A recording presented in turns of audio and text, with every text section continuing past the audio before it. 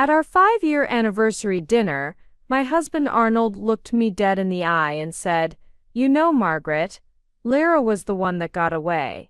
If she hadn't moved to London, I never would have settled for this." I smiled, raised my wine glass, and said simply, "How interesting." 3 weeks later, Arnold was on a one-way flight to London, with nothing but the clothes on his back and a maxed-out credit card. Lara Harrington wasn't exactly thrilled to see him, but let me start from the beginning, because the devil, as they say, is in the details. Before we jump back in, tell us where you're tuning in from, and if this story touches you, make sure you're a subscriber, because tomorrow, I've saved something extra special for you. Pellisuda. The Venetian restaurant had always been our place. Arnold Ballard had proposed to me there 6 years ago, kneeling beside table 12, while a violinist played something romantic and expensive. The same table where we now sat every year on October 15th, celebrating another year of what I'd foolishly believed was marital bliss. The restaurant hadn't changed much. Still the same crystal chandeliers casting warm light over couples murmuring sweet nothings across white tablecloths. Still the same soft jazz playing in the background, the kind that made conversations feel intimate even when you were discussing grocery lists. But something about Arnold had changed over the past few months, and I couldn't quite put my finger on what.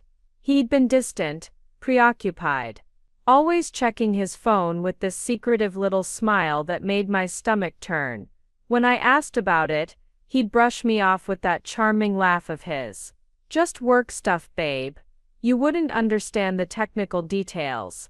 Arnold worked in software development, and he'd made a career out of making me feel stupid about anything involving computers, coding, or really any aspect of his professional life. But tonight was supposed to be different. Tonight was about us, about celebrating half a decade of marriage, about remembering why we'd chosen each other in the first place.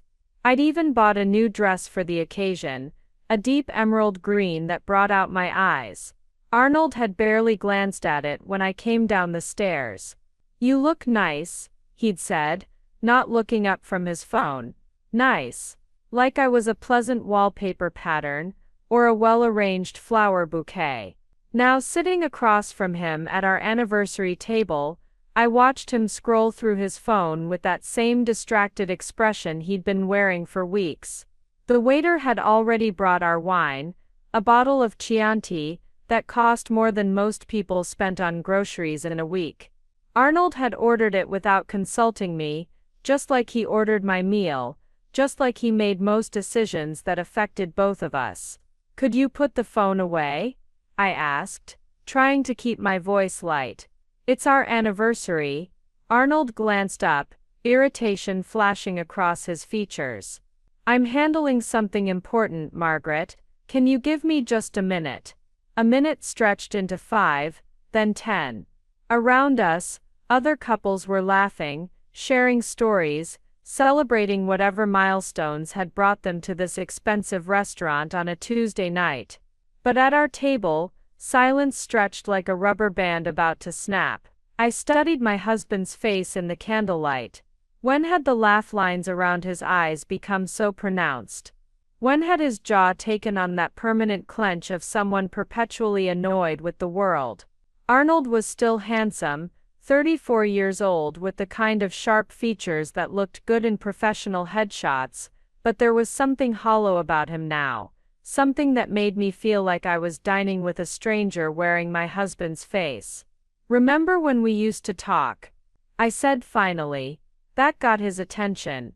Arnold set down his phone with the exaggerated patience of someone dealing with a particularly slow child. "We're talking now." "No, we're not. You're managing me. There's a difference." Arnold's expression shifted, and for a moment I saw something that looked almost like genuine emotion cross his features. But it wasn't affection or even recognition. It was pity. "Margaret," he said, his voice taking on that condescending tone I'd grown to hate. "You've been acting strange lately. Needy. It's not attractive." The words hit me like a physical blow. Needy, for wanting to have a conversation with my own husband on our anniversary, for expecting basic courtesy from the man who'd promised to love and cherish me until death do us part. I'm not being needy, I said carefully. I'm being a wife. Arnold laughed, but there was no humor in it. Right, a wife. He picked up his wine glass and took a long sip, studying me over the rim like I was an interesting specimen in a laboratory. You know what the problem is, Margaret. You think this is enough. You think showing up and being present is all it takes. What's that supposed to mean? It means you're comfortable. You're settled. You've stopped trying to be the woman I fell in love with. The restaurant suddenly felt too warm, too close. The jazz music that had seemed romantic minutes earlier now sounded like background noise in a movie where something terrible was about to happen. The woman you fell in love with. I repeated slowly. Arnold nodded, warming to his theme now like a professor delivering a lecture he'd given many times before. When we met, you had ambition. You were working on that marketing degree, talking about starting your own business. You had fire. But now, he gestured vaguely at me, as if my current existence was self-explanatory. Now you're just comfortable. I felt something cold settling in my chest. I finished my degree. I got a job at Harrison and Associates. I've been promoted twice. A marketing coordinator at a mid-tier firm, Arnold said dismissively. That's not ambition, Margaret. That's settling. The waiter appeared at our table, probably drawn by the tension radiating from our corner of the restaurant. How are we doing here? Ready to order. Arnold didn't even glance at the menu. The lady will have the salmon, no sauce. I'll take the ribeye, medium rare. He handed both menus back to the waiter without asking what I wanted, just like always. When we were alone again, I leaned forward. Arnold, what's really going on here? This isn't about my job or my ambition. Something's changed. For a moment his mask slipped entirely. I saw something raw and almost vulnerable cross his features. But when he spoke, his words cut deeper than any knife. You know what, Margaret? You're right. Something has changed. I've been thinking a lot lately about roads not taken, about choices I made when I was younger, and didn't know any better. What kind of choices? Arnold took another sip of wine, and when he looked at me again, his eyes held a distance that made my blood run cold.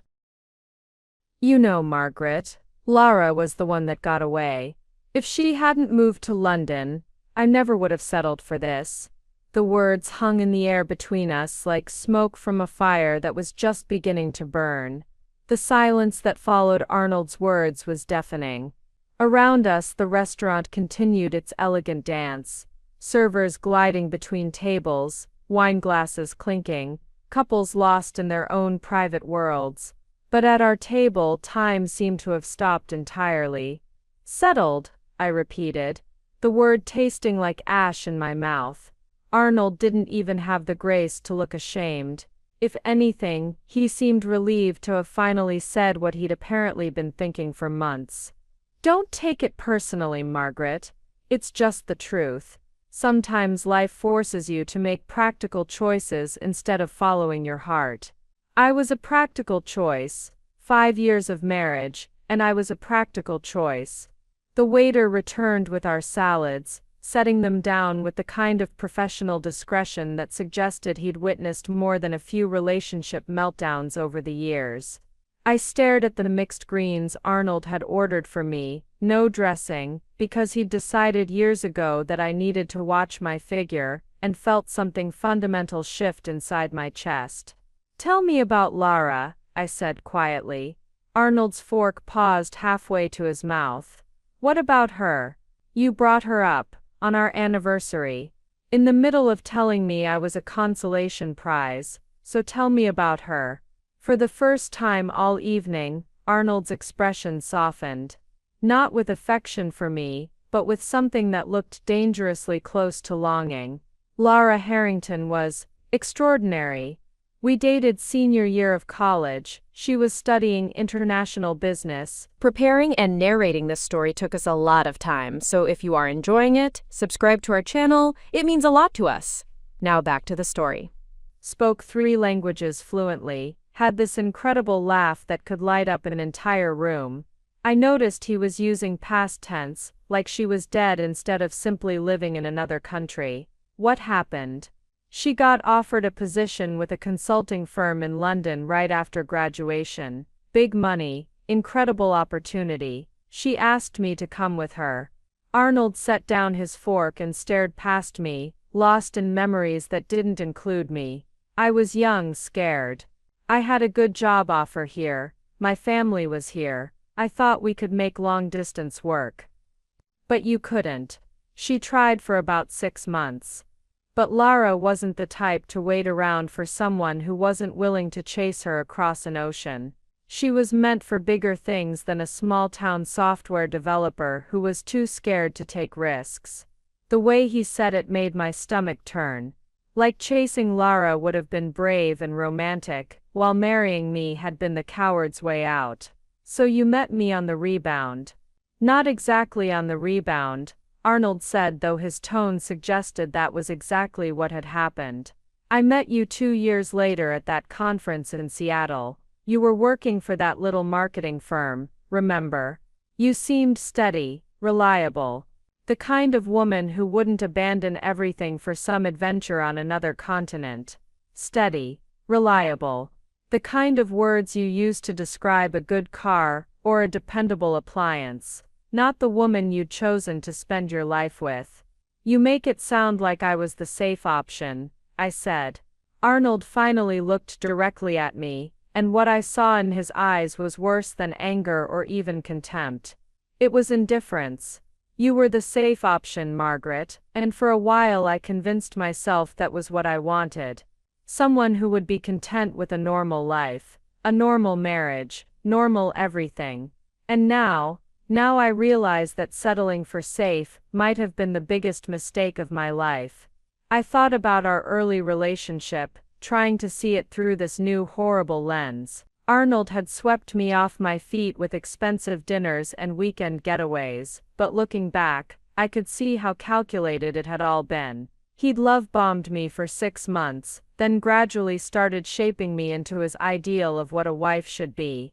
The career advice that had slowly steered me away from my dreams of starting my own agency. You're so good at working within established systems, babe. Why rock the boat? The subtle comments about my appearance that had led to a complete wardrobe overhaul. You'd look so sophisticated in navy. That bright red is a bit much. The way he'd gradually isolated me from friends he deemed too dramatic or bad influences. I'd thought he was helping me become a better version of myself. Now I realized he'd been methodically erasing everything about me that reminded him of what he'd given up when he let Lara Harrington slip away. Do you still talk to her? I asked. Arnold's cheeks flushed slightly. We reconnected on LinkedIn a few months ago. Professional networking, you know how it is. LinkedIn, right. Because nothing said professional networking like the way his face had been glowing while he stared at his phone for the past 3 weeks. What does she do now? She's a senior partner at Whitfield International, one of the top consulting firms in Europe. She specializes in helping companies expand into new markets.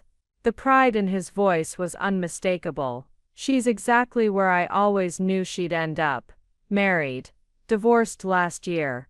Her ex-husband couldn't handle how driven she was, apparently. Some men are intimidated by successful women. The irony was so thick I could taste it. Arnold was criticizing Lara's ex-husband for being intimidated by her success while simultaneously telling me I wasn't ambitious enough to hold his interest. She sounds amazing, I said flatly. She is. Arnold didn't even pretend to hear the sarcasm in my voice. You know what she said when we first started talking again. She said she'd always wondered what would have happened if I'd been brave enough to follow her to London all those years ago. My hand tightened around my wine glass. And what did you tell her? The truth. That I'd spent the last 5 years wondering the same thing. There it was. 5 years of marriage reduced to a footnote in Arnold's great regret story. 5 years of building a life together, supporting his career moves, putting his needs first, trying to be the wife he wanted me to be. All of it meaningless because I wasn't Lara Harrington. Does she know about me? I asked. Arnold had the grace to look uncomfortable for the first time all evening. She knows I'm married. We keep things professional. I'm sure you do. Don't be like that, Margaret. Nothing's happened. We're just talking. About old times, about careers, about what might have been. What might have been. The four most dangerous words in the English language, especially when spoken by a married man about his ex-girlfriend. I looked at my husband, really looked at him, and saw a stranger. This man who'd shared my bed for 5 years, who'd promised to love and cherish me, who'd built a life with me that he now dismissed as settling. When had his love become conditional on my ability to measure up to a ghost? Arnold, I said carefully, what exactly are you telling me here?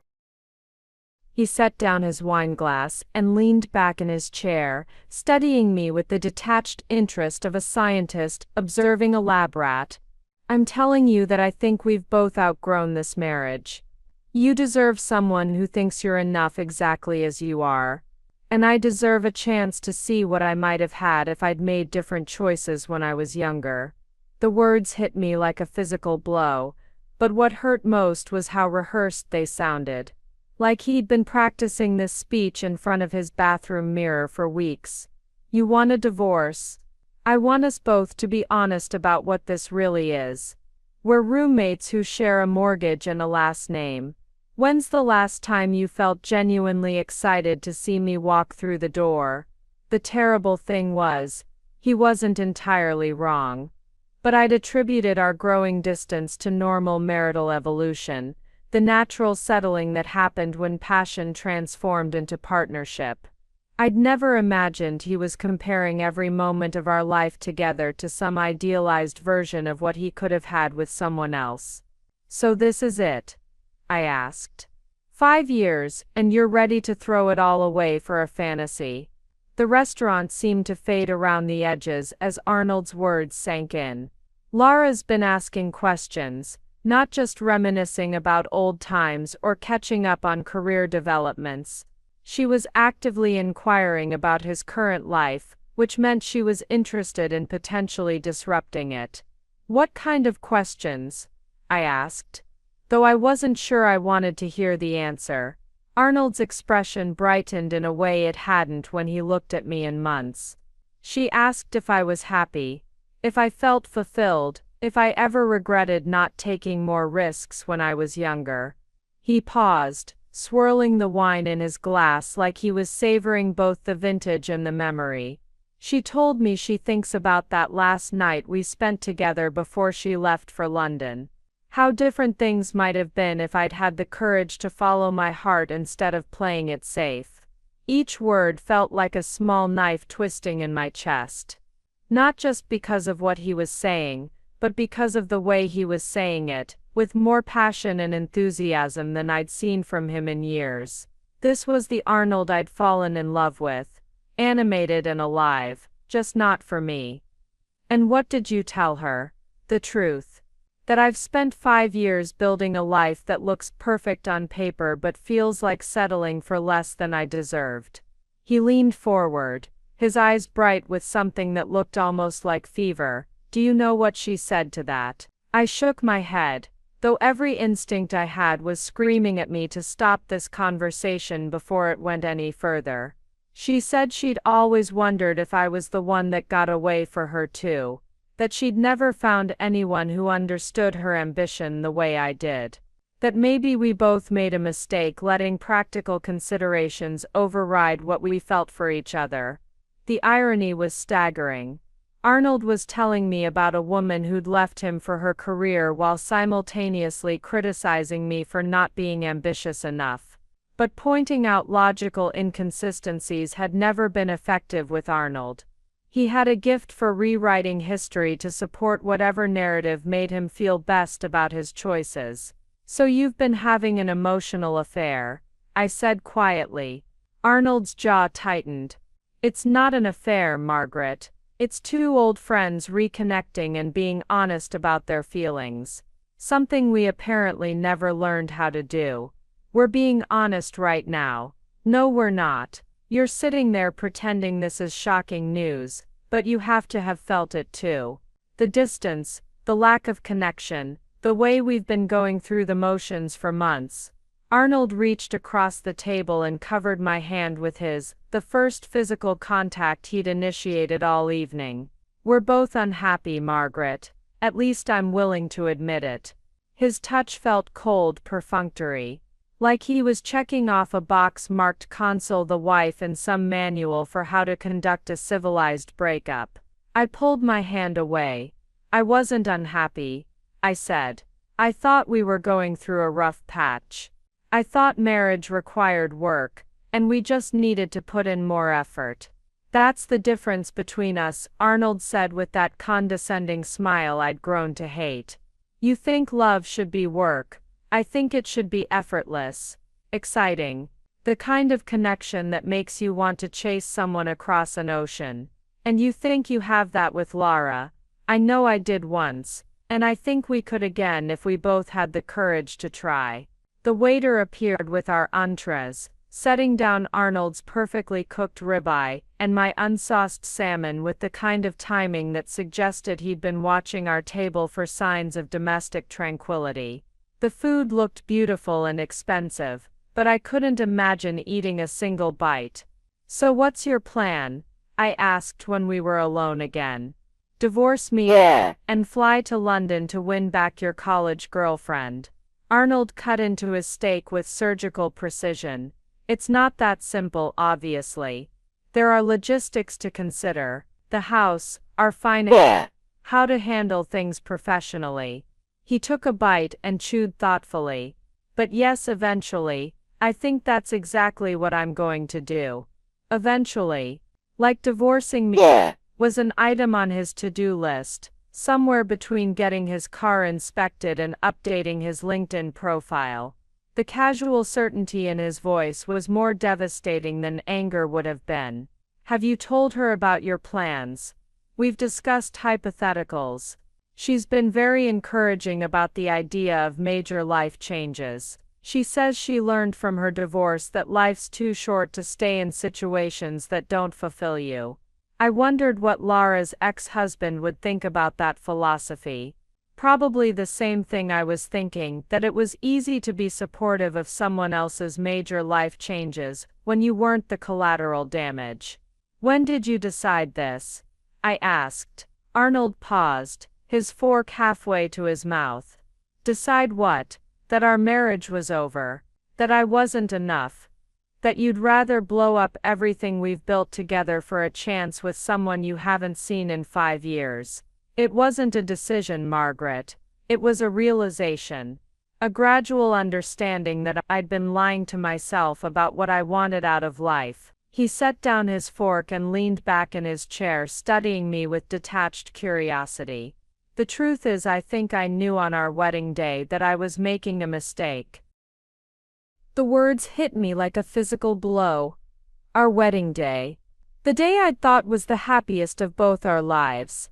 Arnold had seemed nervous, but I'd attributed that to normal pre-ceremony jitters. Now I was realizing he'd been having second thoughts about marrying me while I was walking down the aisle toward him. Then why did you go through with it? Because I thought I could learn to be content with content. I thought maybe wanting something safe and predictable was a sign of maturity. Arnold picked up his wine glass and studied the deep red liquid like it held answers to questions he'd been asking himself for years. But you can't build a life on settling, Margaret. Eventually, the compromises start to feel like sacrifices, and the sacrifices start to feel like prison sentences. So I've been your prison sentence for 5 years. Don't be dramatic. You've been my attempt at conventional happiness. It's not your fault that conventional isn't enough for me. The patronizing tone in his voice made my vision blur with rage. Not my fault, but my problem. Not his failure to appreciate what we'd built together, but my inadequacy in comparison to his fantasy of what life could have been with someone else. "Arnold," I said, my voice steady despite the earthquake happening inside my chest, "are you telling me that our entire marriage has been you settling for second best?" He didn't hesitate. "Yes. One word.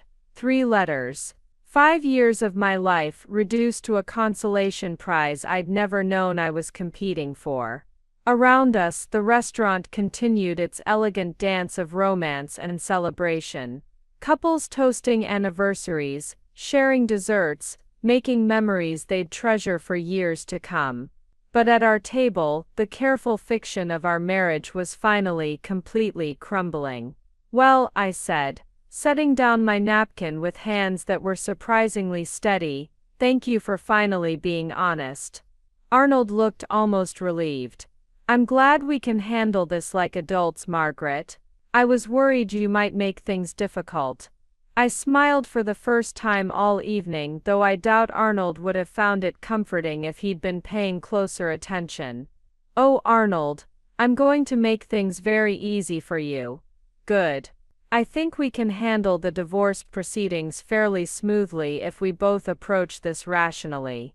"I agree completely. In fact, I think you should chase your dream. Life's too short for regrets, don't you think?"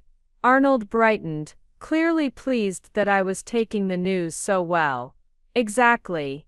You understand. This is why I knew we could handle this maturely."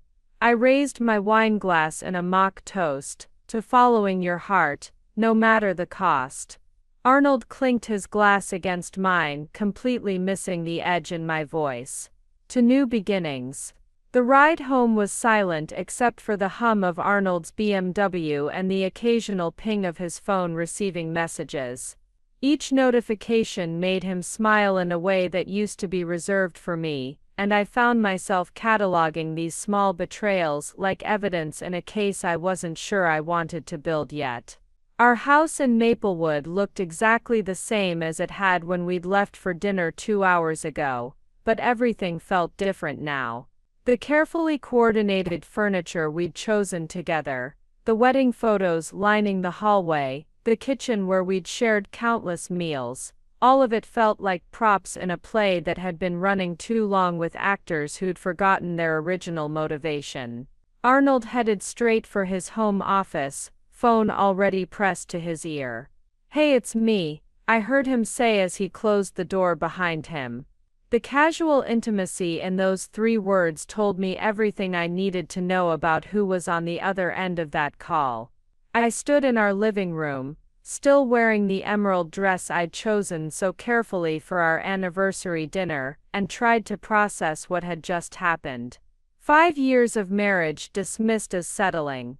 5 years of building a life together, reduced to a practical choice Arnold regretted making. 5 years of loving a man who'd apparently been comparing me to a ghost the entire time. The smart thing would have been to call my sister Kate, or my best friend Angel, to seek comfort from people who actually valued my existence. But I wasn't ready for their sympathy or their outrage on my behalf. I wasn't ready to say the words out loud yet.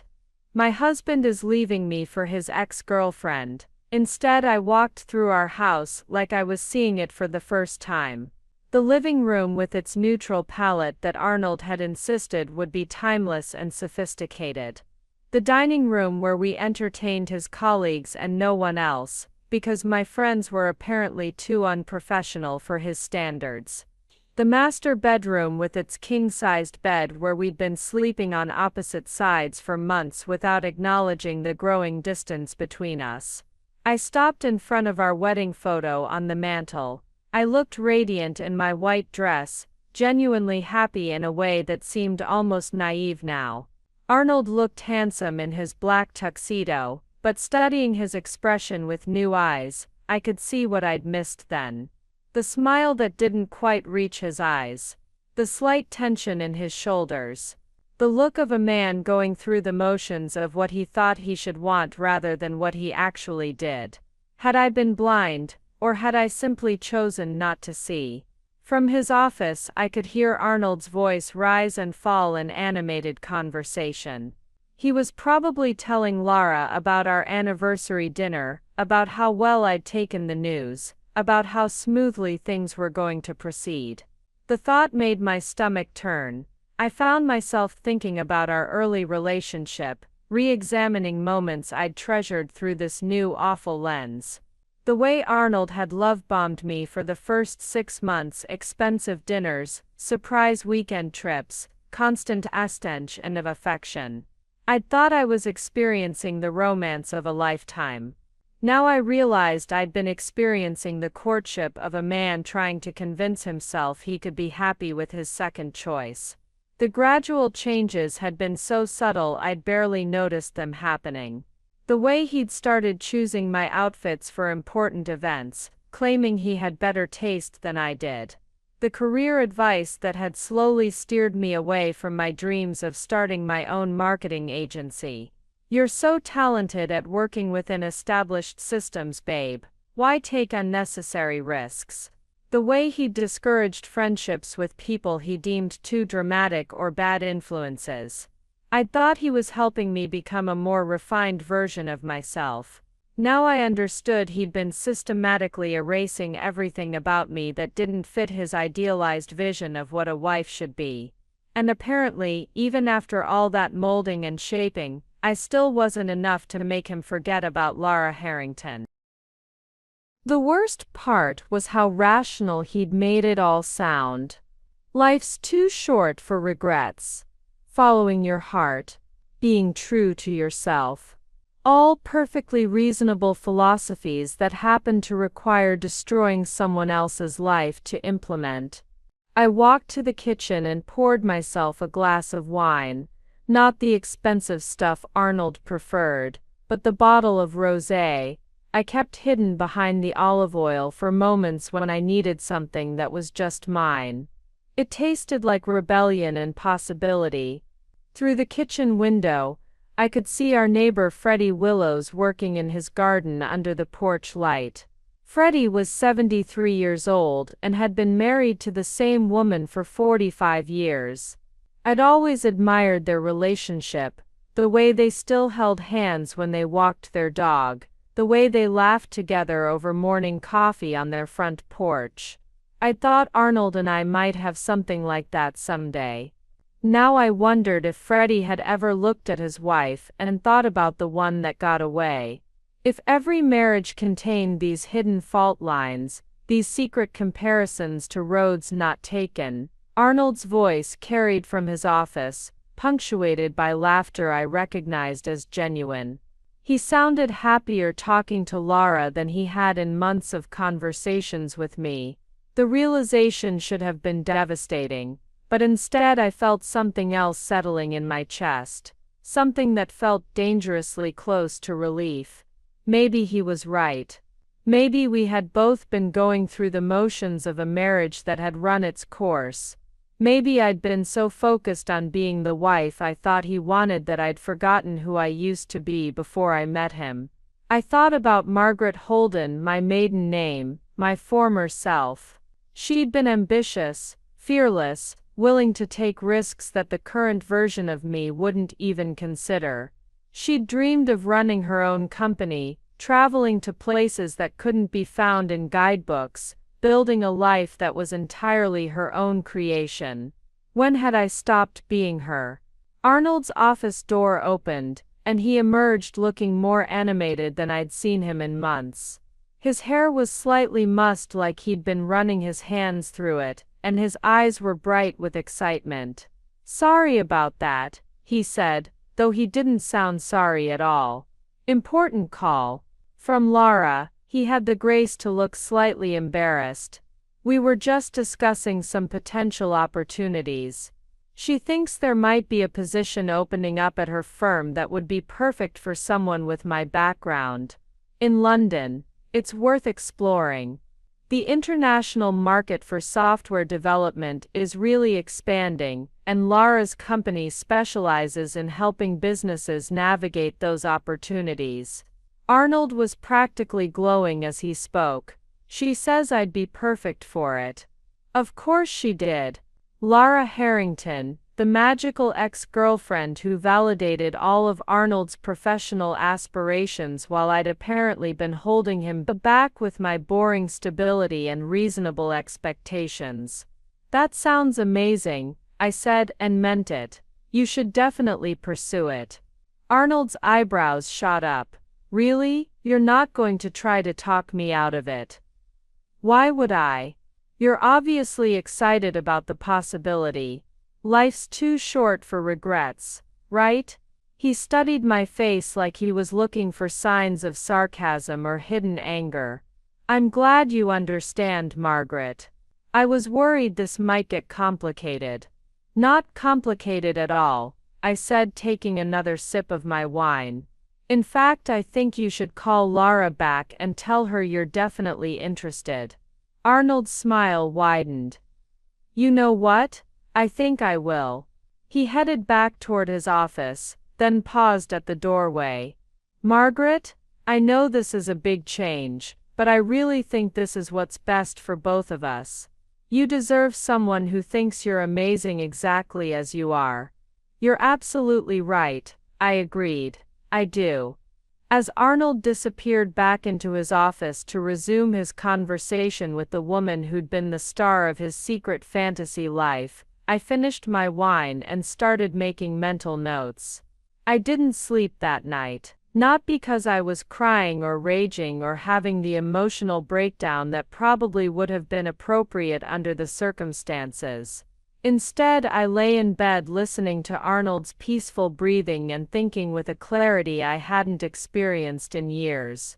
He'd fallen asleep easily after his second phone call with Lara, murmuring something about exciting possibilities before rolling over and drifting off without so much as a goodnight kiss. The casual dismissal might have hurt yesterday. Tonight it felt like freedom. At 3 a.m., I gave up on sleep and padded quietly to the kitchen.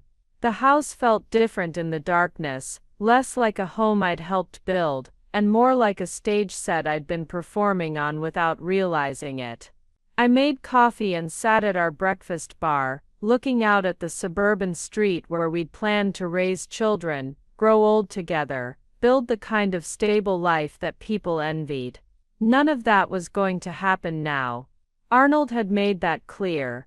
But as I sipped my coffee and watched the first hints of dawn creep across the sky, I realized something that should have been devastating, but instead felt like waking up from a long dreamless sleep. I didn't want that life either. Not anymore. When had I stopped dreaming? When had I started measuring success by how well I could anticipate Arnold's needs and preferences? When had I become so focused on being the perfect wife that I'd forgotten what I actually wanted from my own life? I thought about Margaret Holden, the woman I'd been before I became Mrs. Arnold Ballard. She'd been 27 when we met, working 60-hour weeks at a small marketing firm, while developing a business plan for her own agency. She'd had a 5-year plan that included travel, professional growth, and building something entirely her own. I'd abandoned that plan 6 months after meeting Arnold, convinced that love meant compromise and that his vision of our future was better than mine. He'd been so confident, so sure about what would make us both happy. It had been easier to follow his lead than to fight for dreams he considered impractical. But Margaret Holden wouldn't have been impressed by a man who saw her as a consolation prize. She wouldn't have spent 5 years molding herself into someone else's idea of perfection. She would have walked away the moment she realized she was being compared to a ghost. Maybe it wasn't too late to find her again. As the sun rose, I made a mental inventory of everything in my life that was truly mine versus everything that was ours or his. The results were depressing. Most of our furniture reflected Arnold's taste. Our social circle consisted primarily of his colleagues and their wives. Even my wardrobe had been gradually influenced by his preferences until I barely recognized my own style. But I still had my job, modest though Arnold considered it. I still had my own bank account, though I'd been contributing most of my salary to our joint expenses. I still had friends from before our marriage, even if I'd let those relationships languish under Arnold's subtle disapproval. Most importantly, I still had the business plan I'd written all those years ago, hidden in a box in our garage along with other remnants of the woman I used to be. The marketing agency I'd dreamed of starting, the clients I'd wanted to work with, the creative campaigns I'd envisioned, all of it was still there, waiting. Arnold's alarm went off at 6:30, same as every morning. He stumbled to the shower without acknowledging my presence in the kitchen, probably already thinking about when he could call Lara again. The time difference meant it was already afternoon in London, prime time for international romance. I made him coffee the way he liked it, black, no sugar, and set it on the counter where he'd find it. Such a small gesture, but it felt significant somehow. Possibly the last time I'd anticipate his needs without being asked. "Thanks, babe," he said when he emerged from the shower, already reaching for his phone. "I might be late tonight. Big presentation to prep for." Sure he did. The presentation probably involved discussing his future with the woman who'd been occupying his thoughts for months. "No problem," I said. "I'm thinking about going out myself anyway." Arnold glanced up from his phone, mildly surprised. "Out where?" "I thought I might call Angel. See if she wants to grab dinner and catch up." Angel Harrington, no relation to Lara, despite the surname, had been my best friend since college. She was also everything Arnold disapproved of in a woman: loud, opinionated, successful on her own terms, and completely uninterested in making herself smaller to accommodate anyone else's comfort. I'd been avoiding her for months because her very existence seemed to irritate my husband. "Angel," Arnold's expression soured slightly. "I thought you two had grown apart." "We did, but maybe it's time to reconnect with old friends." Something in my tone must have caught his attention because Arnold actually looked at me directly for the first time in weeks. "You seem different this morning."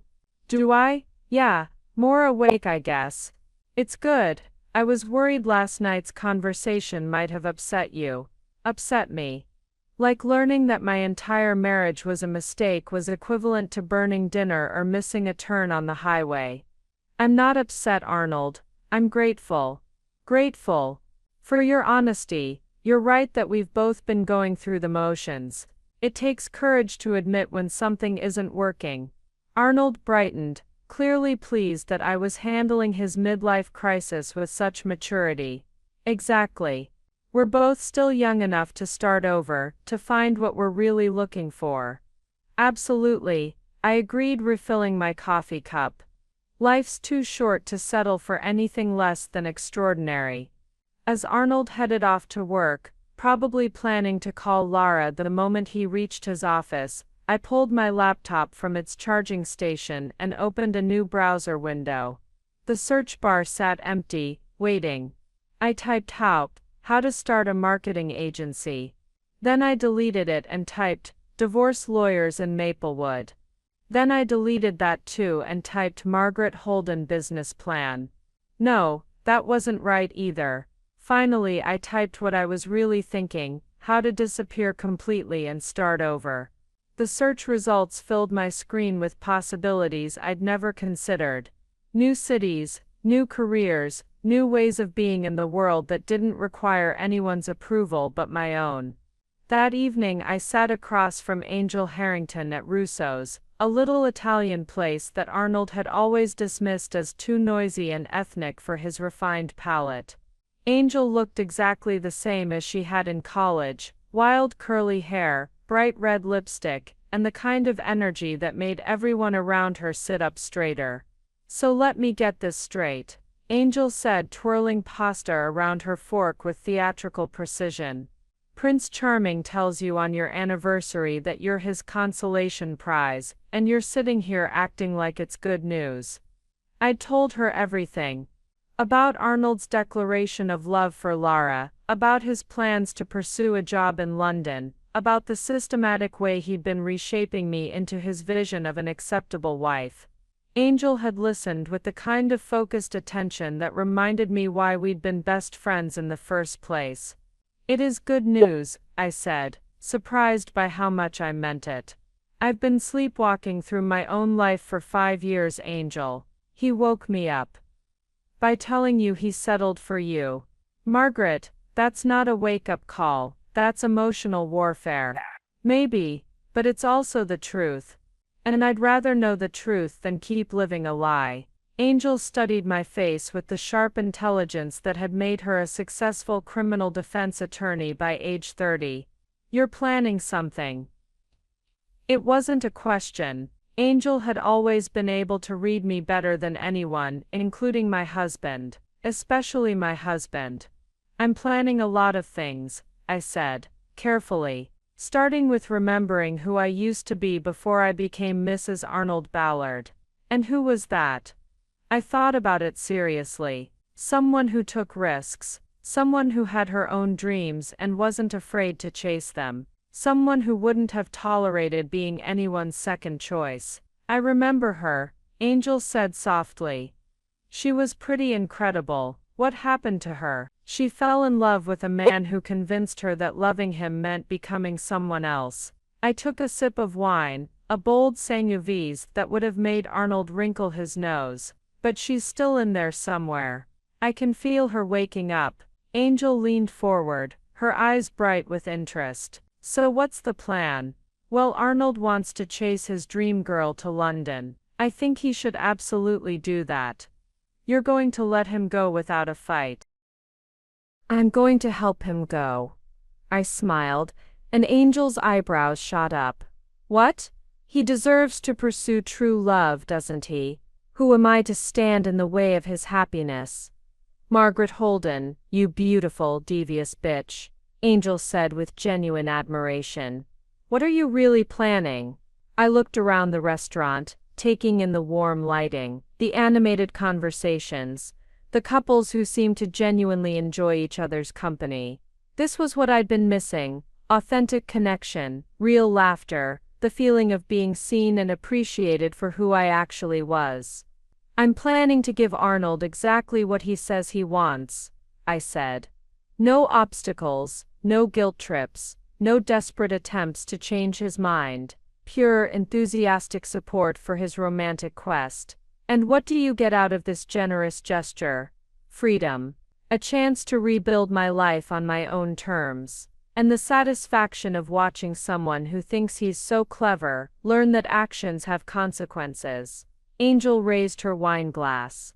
"I don't know what you're plotting, but I'm here for it. What do you need from me?" "Information, mostly. I need to understand exactly what I'm dealing with before I decide how to handle it." I pulled out my phone and opened Arnold's LinkedIn profile. "Tell me what you see when you look at this." Angel studied the screen, her lawyer brain automatically cataloging details. "Software development manager at Hartwell Industries. Pretty standard corporate headshot. Decent connections, though not exactly groundbreaking." She scrolled through his recent activity. "Lots of engagement with Whitfield International posts." "That's interesting. That's Lara's company." "Ah. So he's been publicly flirting through professional networking. Classy." Angel handed back my phone. "What else do you want to know?" "Everything. I want to know about divorce law in this state. I want to know about protecting assets. I want to know about international employment law, and what happens when someone abandons their U.S. job to chase a fantasy in another country." Angel's smile widened. "Now we're talking. Margaret, honey, you've come to the right place. I may not know international law personally, but I know people who do, and I know everything about making sure cheating husbands don't walk away with more than they deserve. He hasn't technically cheated yet. Emotional affairs count, trust me." And from what you're describing, he's been emotionally checked out of your marriage for months while actively pursuing someone else. That's not a gray area. The waiter brought our entrees, and I realized I was actually hungry for the first time in weeks. The food tasted better than anything I'd eaten in Arnold's presence recently. Everything seemed more vivid, more real, like I'd been living behind a filter that had suddenly been removed. "There's something else," I said as Angel attacked her chicken parmigiana with gusto. "I need to understand Lara Harrington, who she really is, what she really wants, whether she's actually interested in Arnold or just enjoying the attention. You want me to investigate your husband's dream girl. I want to know what I'm working with. Arnold has spent 5 years comparing me to a fantasy version of a woman he knew in college. I'm curious about the reality." Angel nodded thoughtfully. "Whitfield International is a big firm. I probably know someone who knows someone. Corporate consulting is a surprisingly small world." "Perfect. But Angel, this has to stay between us. Arnold can't know I'm asking questions." "Of course not. But Margaret, can I ask you something? Anything. Are you doing this for revenge, or are you doing this to protect yourself?" I considered the question seriously. "Both, I think. But mostly, I'm doing this because for the first time in 5 years, I feel like myself again. And Margaret Holden doesn't let people walk all over her." Angel raised her glass again. "Welcome back, Margaret Holden. I've missed you." As we clinked glasses, I felt something settle into place in my chest. Not anger, not hurt, but something much more dangerous. Clarity. Purpose. The calm certainty of someone who'd finally stopped pretending everything was fine and started planning what came next. Angel worked fast. Within 3 days, she'd compiled a dossier on Lara Harrington that would have impressed a private investigator. We met at a coffee shop downtown, far from anywhere Arnold might accidentally run into us, and she slid a manila folder across the table like we were conducting international espionage. "Your husband's dream girl is quite a piece of work," Angel said, stirring sugar into her cappuccino. "But not necessarily in the way he thinks." I opened the folder and found myself looking at a professional headshot of a stunning blonde woman with sharp features and intelligent eyes. Lara looked exactly like the kind of woman Arnold would fall for: polished, sophisticated, intimidating in all the ways he found attractive. "She's beautiful," I admitted. "She's also ruthless. I talked to someone who worked with her at Morrison and Associates before she moved to London. According to my source, Lara Harrington doesn't just climb corporate ladders, she burns them down behind her so no one else can follow." Angel flipped to the next page, revealing what looked like a timeline of Lara's career moves. "Look at this pattern. She joins a company, identifies the most valuable clients and connections, then leaves within 18 months to start her own competing firm or join a bigger player. She's done it 4 times in the past 8 years. That sounds like standard career advancement. Maybe. But check this out." Angel pointed to a newspaper clipping from the London Business Journal. 6 months ago, Lara's division at Whitfield International lost 3 major clients in a single week, all to a boutique firm that Lara had been quietly advising on the side. When confronted, she claimed she was conducting preliminary research for a potential Whitfield expansion into those markets. I studied the article more carefully. Between the lines, it painted a picture of someone who played elaborate games with other people's livelihoods. She was setting up her next move. Exactly. My source says she's been having exploratory conversations with headhunters about starting her own international consulting firm. She needs investors, partners, and most importantly, she needs people willing to take big risks for potentially big rewards. The implications hit me like a cold slap. Arnold, Angel confirmed. Think about it from her perspective.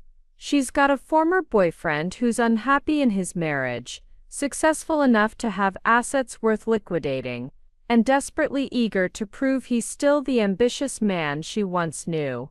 He's perfect mark for someone who needs a business partner with more enthusiasm than sense. I flipped through more pages, financial records that Angel had somehow managed to access, social media screenshots, even a few photos from Laura's recent appearances at London industry events. In every image, she looked confident, calculating, like someone who'd never made a decision that wasn't strategically motivated. "There's more," Angel said. Her divorce last year, her ex-husband was a software developer. Ring any bells? She has a type. She has a business model. According to court records, she walked away from that marriage with half of everything, including intellectual property rights to 3 software applications her ex had developed during their marriage. Applications that are now generating significant revenue for her consulting firm. The coffee shop suddenly felt too warm.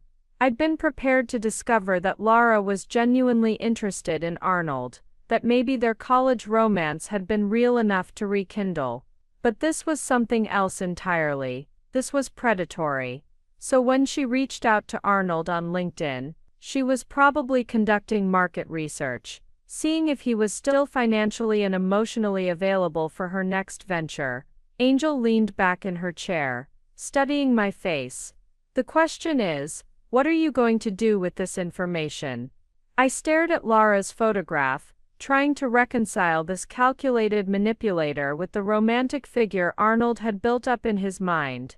He saw her as his one true love, the ambitious woman who'd gotten away. She saw him as potential capital for her next business venture. "I'm going to let her have him," I said finally. Angel's eyebrows shot up. "Seriously, even knowing what she's planning?" "Especially knowing what she's planning." I closed the folder and met Angel's confused gaze. "Arnold wants to chase his dream girl to London. I'm going to make sure he has every opportunity to do exactly that.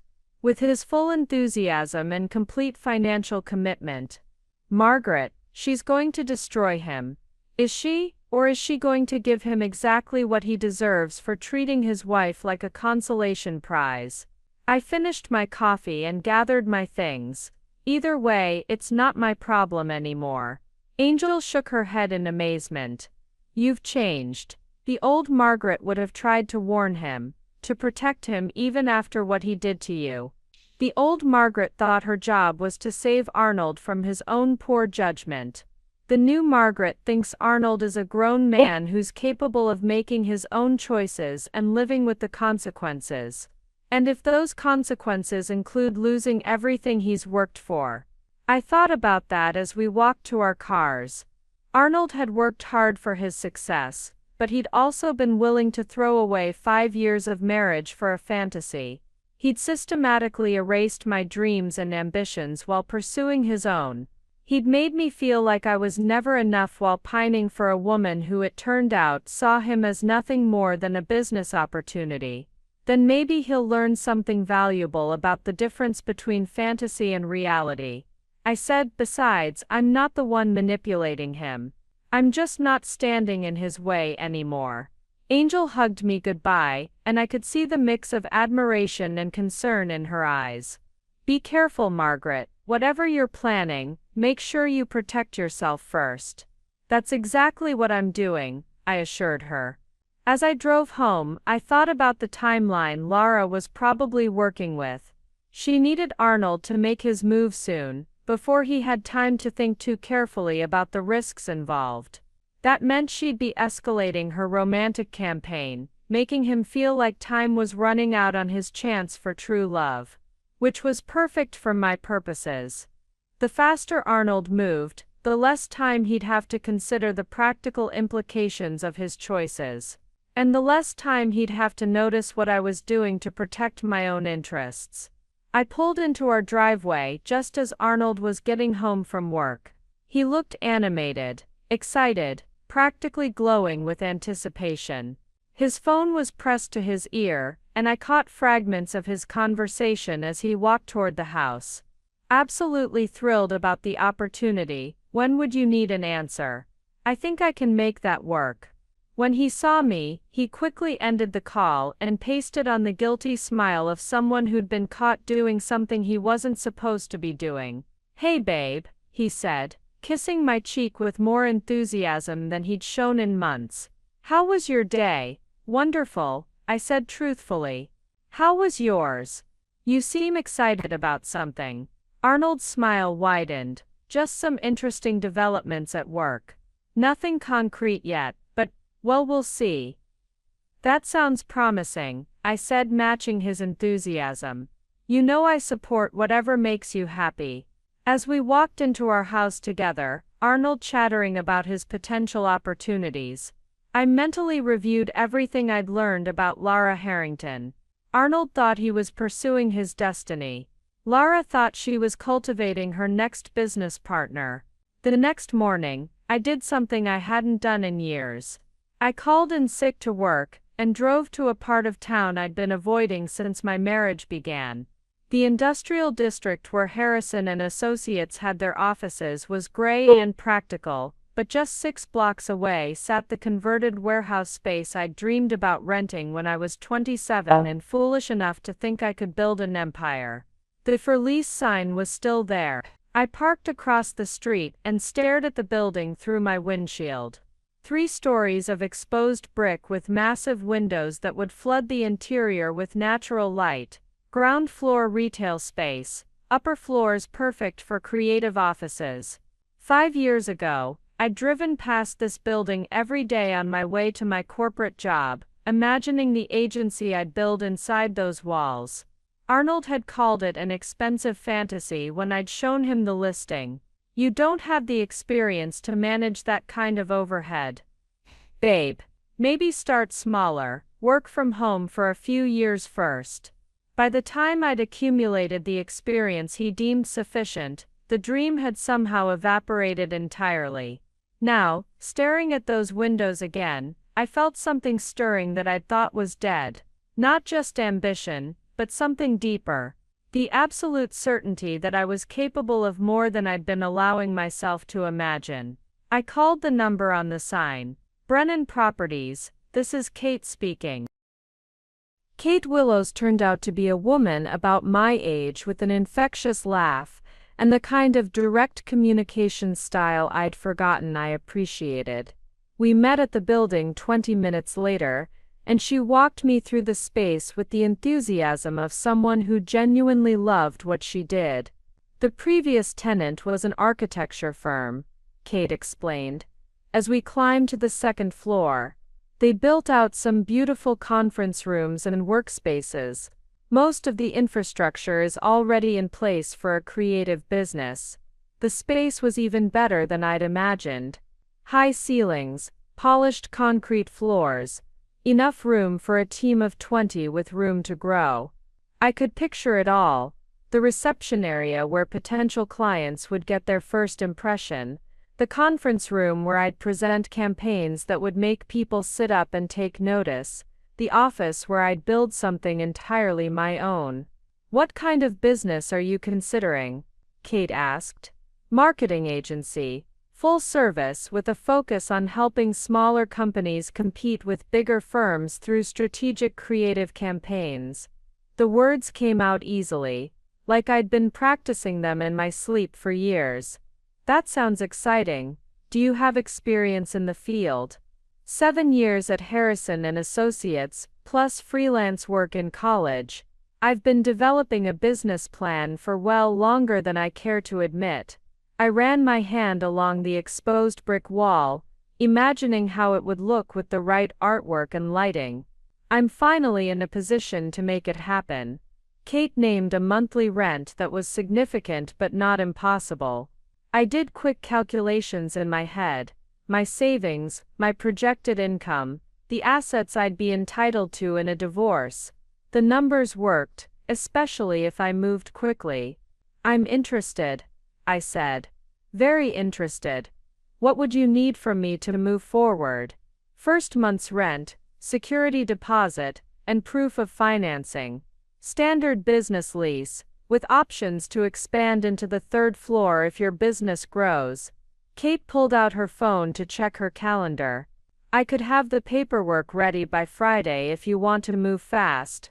Friday, 3 days away. Arnold was supposed to have his final video call with Laura's headhunter on Thursday evening. If everything went according to his plan, he'd be giving notice at work by the end of next week. Friday works perfectly, I said. After Kate left, I spent another hour in the empty building, sitting on the dusty floor and making lists on my phone. Equipment I'd need, staff I'd want to hire, potential clients I could approach. For the first time in years, I was planning a future that had nothing to do with anyone else's approval or vision. I thought about Margaret Holden's original business plan, still hidden in a box in our garage. I'd been so proud of that document. 40 pages of market research, financial projections, and creative strategies that had earned me an A+ in my graduate business course. Arnold had barely glanced at it before declaring it optimistic to the point of being unrealistic. Tonight, I'd dig out that box and see what parts of the plan were still viable. I suspected most of it was. When I got home, Arnold was already pacing the living room with his phone pressed to his ear. He looked up when I walked in, and his face was flushed with excitement. Yes, I understand the timeline. Absolutely, I'm prepared to make that commitment. Let me discuss it with my wife and get back to you by tomorrow. He hung up and turned to me with the kind of smile I hadn't seen since our wedding day. Margaret, something incredible has happened. Tell me everything, I said, settling onto the couch with genuine curiosity. Laura's firm wants to offer me a senior consultant position. They're expanding their North American operations, and they need someone with my background to help establish their new division. Arnold sat down beside me, taking my hands in his. It's everything I've ever wanted professionally. International work, cutting-edge projects, the chance to really make an impact. That sounds amazing, Arnold. What's the timeline? They'd want me to start in 6 weeks. There would be some travel back and forth initially, but eventually I'd be based primarily in London. His eyes were bright with possibility. Margaret, this could change everything for us. Even now, planning to abandon our marriage for his ex-girlfriend, Arnold was framing his escape as something we'd be doing together. Yep. What would that mean for me? I asked. Though I already knew the answer, Arnold's expression flickered slightly. Well, obviously it would be a big adjustment. You'd need to find a new job. We'd need to sell the house, figure out visas and international tax implications. It's a lot to consider. It is a lot, I agreed. But Arnold, if this is what you want, if this is your dream opportunity, then I think you should take it. His smile returned full force. Really, you'd be willing to make that kind of change? I'd be willing to support whatever decision makes you happiest, I said carefully. This sounds like exactly the kind of opportunity you've been waiting for. Arnold pulled me into a hug that felt more like gratitude than affection. I knew you'd understand. This is why I married you, Margaret. You always know how to see the big picture. As he held me, I thought about the building I'd just toured, the business plan I'd be updating tonight, the new life I was quietly constructing while he planned his dramatic exit. Arnold thought he was the only one with dreams worth chasing. That night, while Arnold worked late in his office finalizing details with London, I sat in our garage, surrounded by boxes I hadn't opened in years. The air smelled like dust and old dreams, but what I found in those containers was pure gold. My original business plan was even better than I'd remembered. The market analysis was still relevant, the creative strategies were ahead of their time, and the financial projections had been conservative to the point of being pessimistic. With 7 years of additional experience and the contacts I'd built at Harrison & Associates,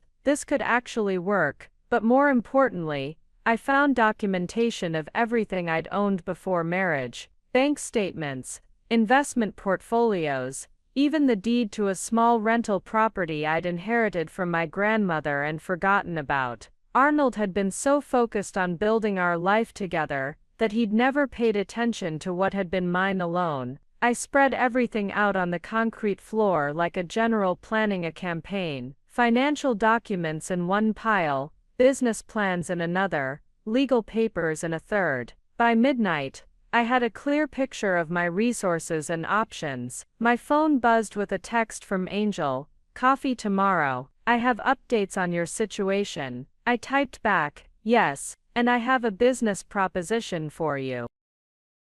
Angel was always saying she wanted to leave criminal defense and try corporate law. Maybe it was time for both of us to take some risks.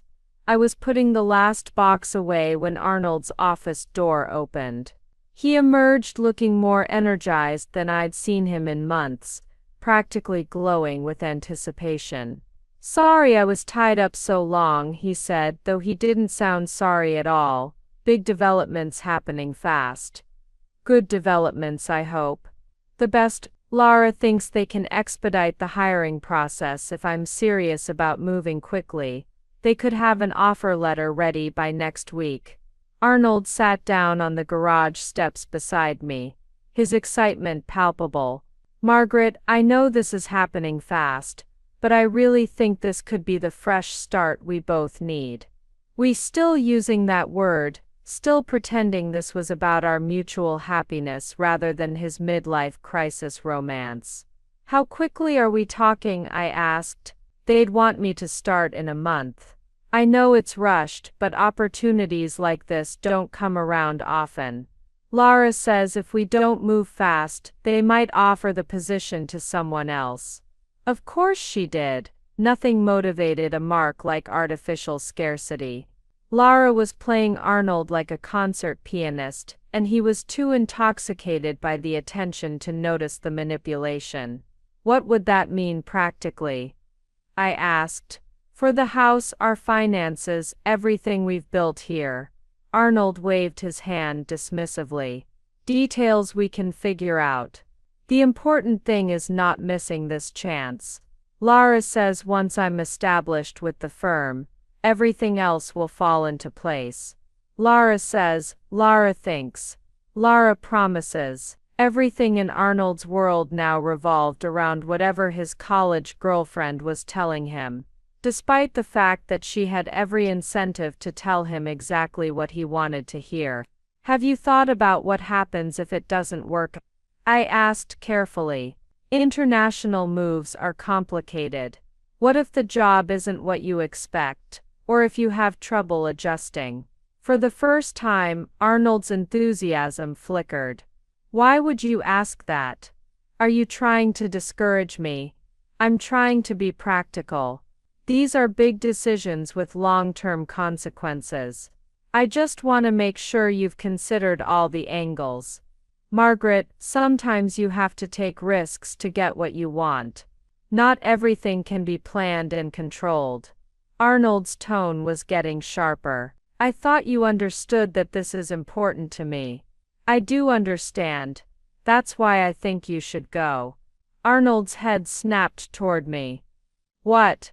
"I think you should take the job. Follow your dreams. Chase the life you really want." I met his gaze steadily. "But I think you should go alone." The silence stretched between us like a bridge. Neither of us wanted to cross. Arnold's face cycled through confusion, relief, and something that might have been guilt. "Margaret, are you saying what I think you're saying?" "I'm saying that maybe it's time we both stopped pretending this marriage is working. You want a life I can't give you, with a woman who isn't me, and I deserve more than being someone's consolation prize." Arnold's shoulders sagged with relief so visible it was almost comical. I wasn't sure how to bring it up. I didn't want to hurt you. Too late for that, I thought. But what I said was, I appreciate that. This way we can handle everything amicably. No fighting, no bitterness, just two people recognizing that they want different things. Exactly. Arnold was warming to the theme now, probably already composing the story he'd tell Lara about his mature, understanding wife, who'd graciously stepped aside for true love. We can file for divorce before I leave for London, split everything fairly, start fresh. About that, I said carefully. Since you're the one leaving for a new life, it might make sense for me to keep the house. I'll buy out your share of the equity, of course. Arnold nodded eagerly.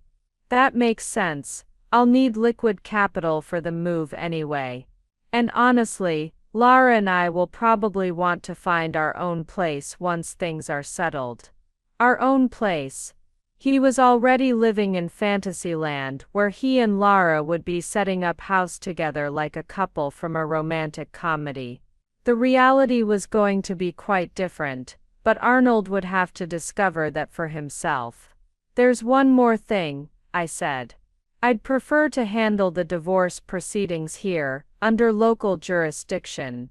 It'll be simpler than trying to coordinate internationally. Whatever you think is best, Arnold said, clearly not caring about details as long as they didn't interfere with his timeline. You're better at handling that kind of administrative stuff anyway. Administrative stuff. Like the end of our marriage was equivalent to organizing tax documents or scheduling maintenance appointments. I'll call a lawyer tomorrow, I said. Start getting the paperwork in order. Arnold leaned over and kissed my forehead with the relief of a man who'd just been granted a reprieve from execution. Thank you for understanding, Margaret. I know this isn't easy, but I really think it's what's best for both of us. As we walked back into the house together for what would be one of our last times as a married couple, I mentally reviewed my growing plan. Arnold would get his romantic adventure in London, with a woman who saw him as a business opportunity. I would get my freedom, my house, and the chance to build the agency I'd dreamed about for years. And if Lara Harrington turned out to be everything Angel's research suggested she was, Arnold would learn some very expensive lessons about the difference between fantasy and reality. Over the next 2 weeks, I became a master of strategic misdirection. While Arnold spent his evenings video chatting with Lara and his days researching London neighborhoods, I quietly put my own plan into motion with the precision of a Swiss watchmaker. The divorce lawyer Angel recommended, Jason Harrington, apparently half the professional world shared that surname, was exactly what I needed. Sharp, experienced, and completely unsentimental about matrimonial assets. Your husband is making this remarkably easy, Jason said during our second meeting, reviewing the financial documents I'd provided. By initiating the separation and moving abroad for personal reasons, he's essentially abandoning the marital home and demonstrating that the dissolution is his choice. What does that mean practically? It means you have significant leverage in asset division. The house, joint accounts, retirement funds. Since he's the one choosing to leave for what amounts to a midlife crisis, you're in a strong position to retain the majority of marital assets. Jason leaned back in his chair. Especially if he's eager to finalize everything quickly to pursue this opportunity abroad. Which he was. Arnold had been dropping hints about wanting to wrap up the divorce proceedings as soon as possible, before his start date with Whitfield International. He'd even offered to sign whatever papers I thought were fair, trusting me to handle the details while he focused on planning his new life. It was almost too easy. Meanwhile, Kate Willows and I had been finalizing the lease for my agency space. The building was even better than I'd initially thought. The previous tenant had left behind high-end conference furniture and a complete technology infrastructure that would have cost me $30,000 to install myself. You're getting an incredible deal, Kate said, as we walked through the space one last time before signing. The owner is motivated to fill it quickly, and frankly, you're exactly the kind of tenant he wants. Established professional, clear business plan, Strong financial backing. Strong financial backing. That was the beautiful part. Between my personal savings, the assets I'd be retaining from the divorce, and a business loan I'd qualified for based on my employment history, I had more than enough capital to launch Holden and Associates in style. I'd already reached out to 3 former colleagues at Harrison who were unhappy with their current situation. Prince Ballard, no relation to my soon-to-be ex-husband, was a brilliant graphic designer who'd been underutilized at our old firm. Laura Willows was a project manager with an MBA and a talent for client relations who'd been passed over for promotion twice because she was too assertive. And Freddie Holden, my cousin who'd been freelancing web development, was ready for the stability of a regular salary. All 3 had expressed interest in joining a startup agency, especially one that promised creative freedom and profit-sharing opportunities. "When are you thinking of making the transition?" Prince asked when I took him to lunch at the same Italian place where Angel and I had first discussed my situation. "Sooner than you might expect," I said. "I'm planning to give notice at Harrison next week.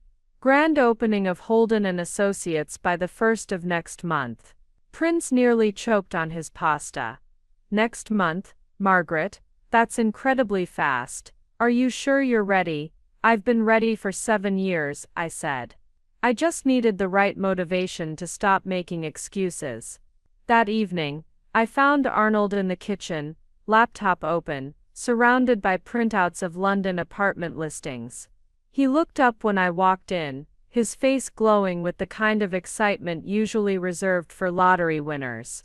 "Look at this place," he said, turning his screen toward me. 2-bedroom flat in Shoreditch, walking distance from Laura's office. She says the neighborhood is perfect for young professionals. Young professionals. At 34, Arnold was apparently having a full identity crisis along with his midlife romantic awakening. "It looks lovely," I said, studying the listing.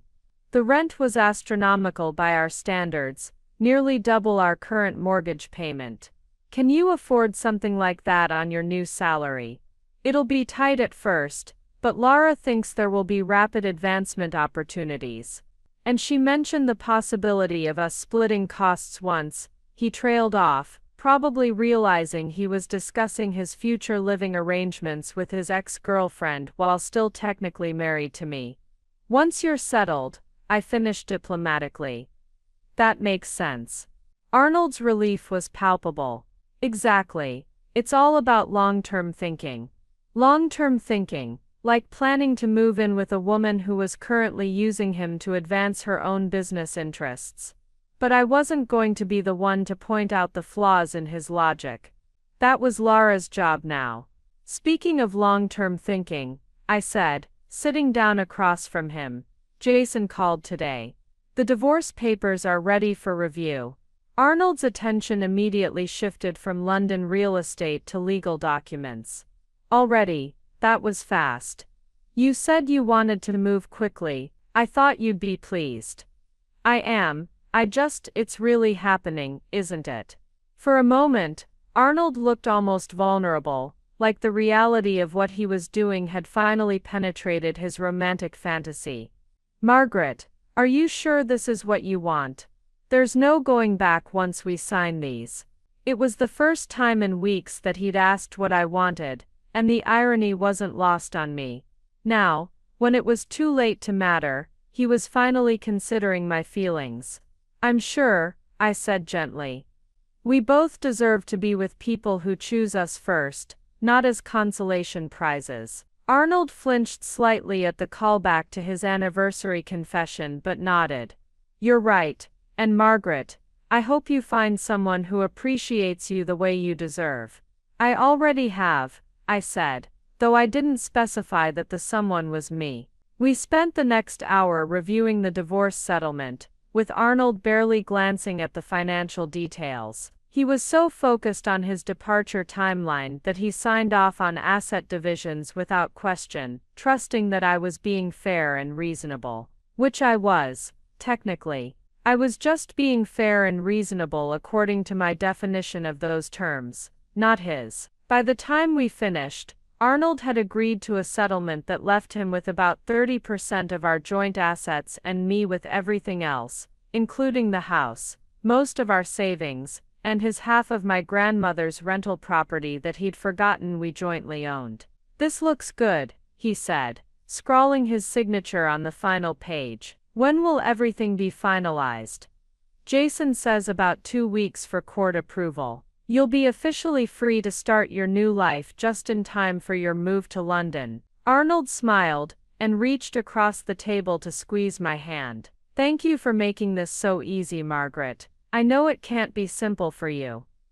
"Actually," I said, squeezing back, "it's the most empowering thing I've done in years." As Arnold headed back to his laptop and his London apartment listings, I gathered the signed papers and thought about everything that would happen next. In 2 weeks, I'd be a divorced woman with her own business and complete control over her future. Arnold would be in London, probably just beginning to understand the difference between Lara Harrington's promises and her actual intentions. Arnold's last week in the United States was a whirlwind of activity that he mistook for romance, but I recognized as systematic manipulation. Lara had escalated her campaign with the precision of a military operation, flooding Arnold with urgent requests, intimate video calls, and carefully timed expressions of vulnerability. "She's been having second thoughts about us moving so fast," Arnold confided to me on Wednesday evening, pacing our living room with his phone clutched in his hand like a lifeline. "Her divorce was really difficult, and she's scared about opening herself up to someone again." Of course she was. Nothing hooked a man like Arnold quite like a beautiful woman who needed reassurance about taking emotional risks. Lara was playing every note of his savior complex with perfect pitch. "That must be difficult for both of you," I said sympathetically. "Long-distance relationships require so much trust." "Exactly. That's why it's so important that I get to London as soon as possible. She needs to see that I'm serious about this, that I'm not going to abandon her like her ex-husband did." Arnold sat down beside me, his expression earnest. "Margaret, I hope you understand how much it means to me that you've been so supportive through all of this. Of course, your happiness is important to me." What I didn't mention was that I'd been tracking Lara's social media activity through a dummy account Angel had helped me create. While she was supposedly having vulnerable conversations with Arnold about her fear of commitment, she was also posting photos from expensive restaurants with a rotating cast of well-dressed men, who all happened to work in finance or technology. One of those men was tagged as James Morrison, managing director at Sterling Investment Group. A quick LinkedIn search revealed that James was divorced, financially successful, and had recently been featured in London Business Monthly as one of the city's most eligible bachelors.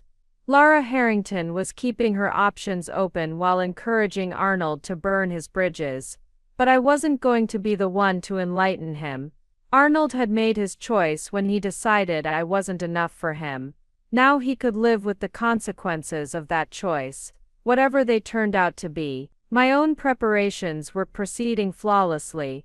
The divorce was finalized on Thursday morning. Arnold signed the papers without reading them, too distracted by his impending departure to pay attention to legal details. By Thursday afternoon, I was officially Margaret Holden again, sole owner of our house and most of our assets. I gave notice at Harrison and Associates on Friday, citing personal circumstances that require immediate attention. My boss, who'd been losing top talent to competitors for months, barely seemed surprised. "If you ever want to freelance for us, Margaret, don't hesitate to call," he said, as I cleaned out my desk. "You're one of the best project managers we've ever had. One of the best. Not the best, not irreplaceable, just one of several competent employees who could be easily replaced." It was a good reminder of why I was making this change. Arnold's farewell party was set for Saturday night, a small gathering of his colleagues, and a few mutual friends who still thought of us as a couple. I'd insisted on hosting it at our house, ostensibly as a gesture of support for his new adventure. Actually, I wanted to control the narrative. The guest list was carefully curated. Arnold's work friends who'd always been slightly intimidated by his confidence and success.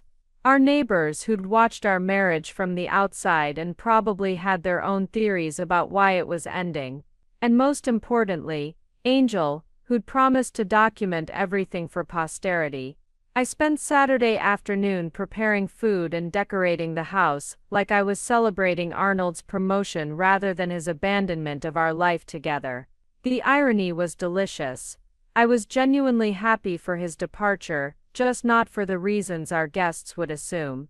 Angel arrived early to help with final preparations, armed with a bottle of champagne and a knowing smile. "You look incredible," she said, studying my appearance. I'd chosen a deep blue dress that Arnold had always said was too bold for my complexion, paired with jewelry I'd bought myself rather than pieces he'd selected for me. "You're practically glowing." "I feel incredible," I admitted. "For the first time in years, I feel like myself again." "And Arnold, how's he holding up?" I glanced toward the stairs, where Arnold was getting ready for his own party. "He's living in a fantasy where he's the hero of his own romantic comedy. Tomorrow he flies to London to reunite with his college sweetheart, who will welcome him with open arms and build a perfect life with him." "Poor bastard," Angel said, though she didn't sound particularly sympathetic. "You almost feel sorry for him." "Almost," I agreed. But then I remember that this is what he chose. He wanted adventure and passion, and a woman who would make him feel like the center of the universe. Now he gets to find out what that actually costs. The guests began arriving at 7, filling our house with conversation and laughter that felt more genuine than any gathering we'd hosted during our marriage. Without Arnold's constant need to control the impression we made, people seemed more relaxed, more themselves. Arnold worked the room like a politician, accepting congratulations on his new job and fielding questions about London with the confidence of someone who'd already conquered the city. He was charming, animated, clearly in his element as the center of attention. I watched him from across the room, and felt something I hadn't expected: genuine fondness. Not love, not longing, but the kind of affection you might feel for a former acquaintance who was about to learn an important lesson about life. Arnold was flawed, selfish, and ultimately weak, but he wasn't evil. He was just a man who'd confused fantasy with reality and was about to pay a very high price for that confusion. As the evening progressed, and the wine flowed freely, Arnold's confidence grew more pronounced. He started dropping hints about his personal reasons for the move, the unfinished business he needed to resolve in London. Our friends exchanged glances, clearly picking up on the subtext, even if they didn't know the specific details. At 10 o'clock, Arnold tapped his wine glass and called for everyone's attention. The room fell silent. All eyes turned toward my soon-to-be ex-husband as he prepared to make what would probably be the most honest speech of his adult life. "I want to thank everyone for coming tonight," he began, his voice slightly thick with emotion and alcohol. "This move represents more than just a career change for me. It's about having the courage to chase the life you really want, even when that means making difficult choices." He looked directly at me as he spoke, and I smiled back with what I hoped looked like supportive understanding. "Sometimes," Arnold continued, "you reach a point where you have to choose between the comfortable path and the path that leads to who you're meant to be. I'm grateful to have people in my life who understand that some dreams are worth any sacrifice." The room erupted in applause, and several people came over to hug Arnold and wish him well. Through it all, I maintained my role as the supportive wife who was graciously letting her husband pursue his destiny. What none of them knew was that tomorrow morning, while Arnold was on a plane to London, I would be meeting with contractors to renovate my house. By the time he discovered what Laura Harrington really wanted from him, I would be running my own agency and living my own dreams. Arnold's flight to London departed at 6 a.m. on Sunday morning. I drove him to the airport in our May car, playing the role of the supportive ex-wife one final time. He was practically vibrating with excitement, checking his phone every few minutes for messages from Laura and double-checking his passport for the 20th time. "She's going to meet me at Heathrow," he said, as we pulled into the departure lane. "Can you believe it? After all these years, she's actually going to be there waiting for me." "It sounds very romantic," I said, helping him unload his suitcases from the trunk. He'd packed everything he considered essential into 3 bags, leaving behind years of accumulated possessions that apparently no longer mattered to his new identity. Arnold hugged me goodbye with genuine warmth, and for a moment I almost felt guilty about what I knew was coming. Almost. "Thank you, Margaret," he whispered against my ear. "For understanding, for making this easy, for being so mature about everything. I hope we can stay friends." "Of course," I said, squeezing him back. "Have a wonderful adventure, Arnold. I hope you get everything you're looking for." As I watched him disappear into the terminal, rolling his suitcases behind him like props from his new life, I felt something settle in my chest that might have been closure. Arnold Ballard was no longer my problem to solve, my responsibility to manage, or my failure to fix. I drove home through the quiet Sunday morning streets, past the coffee shop where we'd had our first date, past the park where he'd proposed, past all the landmarks of a life I was finally ready to leave behind. When I pulled into my driveway, the house looked different somehow. Bigger, brighter, more full of possibility than it had in years. My phone was buzzing with notifications, but I ignored them until I was settled in my kitchen with coffee and the Sunday paper spread out before me. Only then did I check the messages that had been accumulating since Arnold's departure. The first was from Angel: "Operation Golden Parachute is complete. Call me when you're ready to celebrate." The second was from Kate Willows: "Contractors confirmed for tomorrow at 8 a.m. Ready to transform that space into something amazing." The third was from an unknown international number, but I recognized the country code. London. I almost deleted it without reading, assuming it was Arnold letting me know he'd arrived safely. But something made me open the message, and what I found there was far more interesting than a travel update. "Margaret, this is Laura Harrington. I believe we need to talk. Arnold has told me so much about you, and I think there might be some misunderstandings that need to be cleared up. Could you call me when convenient?" Laura stared at the message for a long moment, then started laughing. Not the bitter laughter of someone whose plans had been derailed, but the genuine amusement of someone who'd just been handed an unexpected gift. Laura Harrington wanted to talk to me. The woman who'd been systematically manipulating my ex-husband for months, who'd convinced him to abandon his marriage and move across an ocean for her, now felt the need to reach out to the wife she'd helped him discard. This was going to be even more interesting than I'd anticipated. I poured myself another cup of coffee, settled back in my chair, and started composing my response. After all, I'd always believed in being helpful when someone was trying to clean up their messes. I waited exactly 24 hours before calling Laura back, long enough for Arnold to have settled into whatever fantasy she'd initially provided him, but not so long that she'd think I was avoiding her. When I finally dialed the number, it was Monday evening in London, prime time for uncomfortable conversations. "Margaret," Laura's voice was crisp, professional, with just a hint of strain underneath. "Thank you for calling me back. Of course, your message sounded urgent." There was a pause, and I could almost hear her calculating how much to reveal. "I think Arnold may have given you some incorrect impressions about the nature of our relationship." "What kind of impressions?" Another pause. "He seems to believe that we're romantically involved." That I've been encouraging him to leave his marriage to pursue a relationship with me. I let the silence stretch just long enough to make her uncomfortable. And that's not the case. Absolutely not.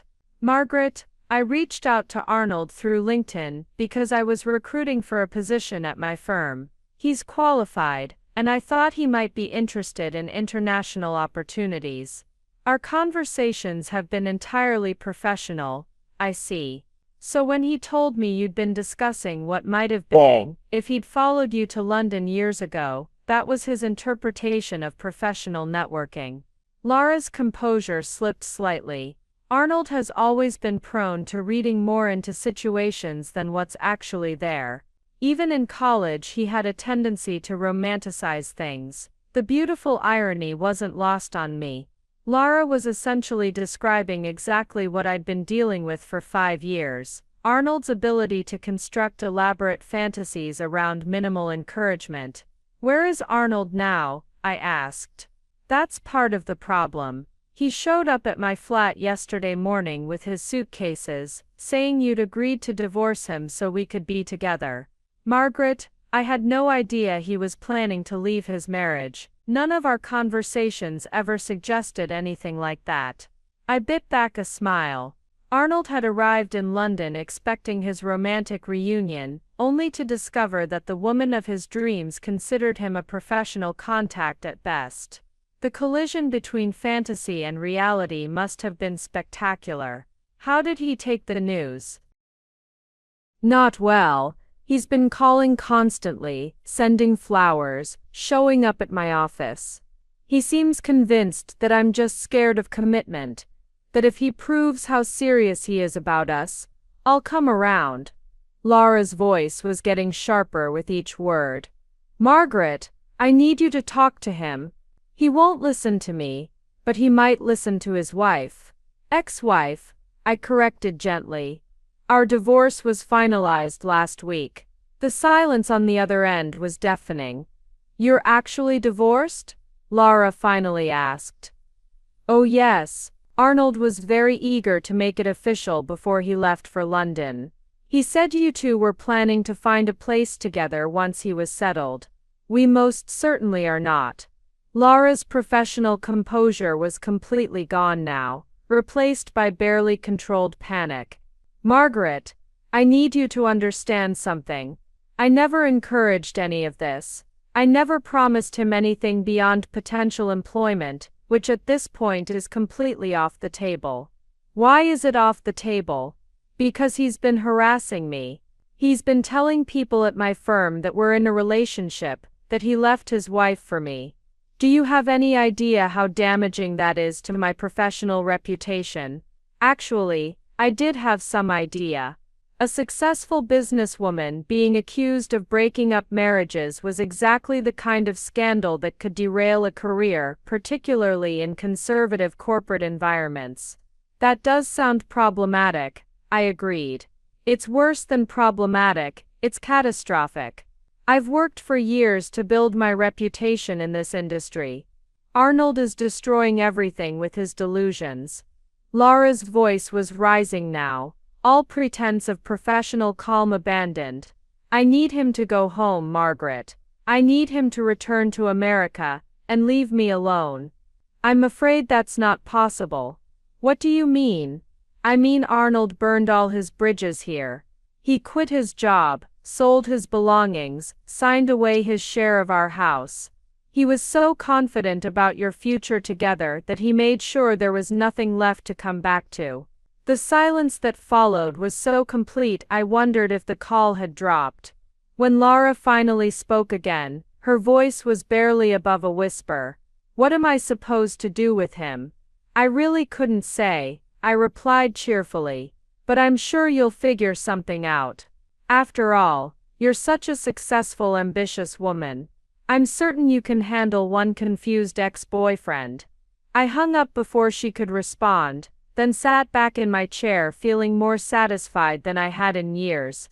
Arnold had gotten exactly what he'd asked for, the chance to chase his dream girl across an ocean, and Laura was getting exactly what she deserved for playing games with other people's marriages. Over the following weeks, I received a fascinating series of updates on Arnold's London adventure, courtesy of Angel's remarkably efficient intelligence network, and my own strategic communications with various parties. The first update came from Arnold himself, 3 days after my conversation with Lara. His email was a masterpiece of confused desperation disguised as casual optimism. "Hey Margaret, just wanted to let you know I'm settling in well here in London. There have been a few miscommunications with Lara, about timing and expectations, but nothing that can't be worked out. She's been under a lot of pressure at work lately, so I think she's just being cautious about moving too fast. I'm giving her some space to sort through her feelings. Hope you're doing well back home." Arnold giving her space. The eternal refrain of men who couldn't accept that they'd fundamentally misunderstood a situation. The second update came from Angel, who'd somehow managed to connect with someone at Whitfield International through her legal network. "Your ex is becoming something of a legend over there," Angel reported during one of our weekly coffee meetings. "Apparently he's been showing up at Lara's office building every day, sending elaborate flower arrangements. Even hired a mariachi band to serenade her outside her apartment. The security guards know him by name now." A mariachi band. I nearly choked on my latte. In London, I know, right? My contact says Lara had to get a restraining order just to be able to do her job without Arnold appearing every time she left the building. The irony is that his behavior has actually made her something of a sympathetic figure at work. Turns out nobody likes the crazy American who abandoned his wife and won't take no for an answer. The third update was the most illuminating. Arnold called me directly, 2 weeks after his arrival, and his voice sounded nothing like the confident man who'd boarded that plane. "Margaret, I think I may have made a mistake," he said without preamble. "What kind of mistake?" "About Lara. About everything. I think I misunderstood what she was offering." His voice was small, defeated. "She says we never had the conversations I remember having. She says I imagined the whole thing." "Did you?" There was a long pause. "I don't know anymore. Maybe I heard what I wanted to hear instead of what she was actually saying. What are you going to do?" "I was hoping. Margaret, is there any chance we could work things out? I know I hurt you. I know I made terrible choices, but maybe if I came home we could try couples therapy or something." The request was so pathetically predictable that I almost felt sorry for him. Almost. "Arnold, we're divorced. I've moved on with my life. You should do the same. But I don't have anything to move on to. I don't have a job. I don't have anywhere to live. I don't even have enough money to get home. I spent everything on this move. What about Lara? Can't she help you?" Arnold's laugh was bitter. "Lara won't even take my calls anymore. Her company's legal department sent me a cease and desist letter. I'm apparently being considered for deportation if I don't stop harassing their employee." Deportation. Arnold had gone from successful software manager to potential deportee in less than 3 weeks. The trajectory was so steep it was almost impressive. "I'm sorry to hear you're struggling," I said, and meant it in the abstract way you might feel sorry for any human being facing consequences for their choices. "But this isn't my problem to solve anymore. Arnold, please Margaret. I know I don't deserve your help, but I don't have anyone else. Could you at least wire me enough money to get home? I'll pay you back somehow." "With what? You don't have a job to come back to, remember." The silence stretched between us, filled with the weight of everything Arnold had thrown away in pursuit of a fantasy that had never existed outside his own imagination. "I really screwed up, didn't I?" he finally whispered. "Yes," I said gently. "You really did." After I hung up, I sat in my beautifully renovated home office, surrounded by the plans and contracts for Holden and Associates, and felt something I hadn't expected: genuine peace. Not triumph, not vindication, just the quiet satisfaction of someone who'd escaped a bad situation, and built something better in its place. Arnold had wanted adventure and passion, and a woman who would make him feel like the center of the universe. He'd gotten exactly that, just not in the way he'd imagined. 6 months later, I received a final message from Arnold. Not a phone call or a desperate plea for help, but a short email that arrived on a Tuesday morning while I was reviewing client proposals for Holden and Associates. Margaret, I wanted you to know that I'm back in the States. I'm staying with my brother in Portland while I figure out my next steps. I've had a lot of time to think about what happened, and I owe you an apology. Not for leaving. We both know our marriage wasn't working, but for the way I left. For making you feel like you weren't enough when the truth is, I was never enough for you. You deserved so much better than what I was capable of giving. I hope you're happy. I hope you're building the kind of life you always wanted. You always were the stronger one between us. Arnold. I read the message twice, then closed my laptop and walked to the window of my office. 3 floors below, the city hummed with activity. My city, my business, my life built exactly according to my own specifications. The apology should have felt vindicating, but instead it just felt finished, like the last page of a book I'd been ready to close for a long time. Arnold was back in America, probably learning hard lessons about the difference between fantasy and reality. Laura Harrington was presumably back to her normal life of strategic business decisions and calculated risks. And I was exactly where I belonged. Holden and Associates had exceeded every projection from my original business plan. We'd landed 6 major clients in our first quarter, hired 2 additional team members, and I'd been featured in the local business journal as one of the city's rising entrepreneurs. More importantly, I woke up every morning excited about my day. I made decisions based on my own judgment, wore clothes I chose because I liked them, ate food that made me happy. I'd rediscovered the woman who'd once believed she could build an empire, and it turned out she'd just been waiting for permission to try. Angel knocked on my office door, holding 2 cups of coffee, and wearing the satisfied expression of someone bearing good news. "Guess what arrived this morning," she said, setting 1 cup on my desk. "Tell me." "The contract from Morrison Industries. They want us to handle their complete rebranding campaign. It's the biggest account we've ever landed." I smiled, feeling that familiar rush of accomplishment that came from earning something entirely through my own efforts. "Looks like we're going to need more office space." I already called Kate about expanding into the 3rd floor. As Angel headed back to her own office, she'd left criminal law 6 months ago to become my business partner. I turned back to the window and thought about second chances. About the difference between settling for less and choosing to build more. 2 years after Arnold's departure, I stood in the lobby of the Grand Harbor Hotel, the same chain where he'd probably stayed during his disastrous London adventure, waiting for my date to arrive. But this time, I was there for entirely different reasons. James Willows, Kate's brother and a successful architect, had been persistently asking me out for months. He was nothing like Arnold, quieter, more thoughtful, someone who listened more than he spoke, and never once suggested I should change anything about myself to suit his preferences.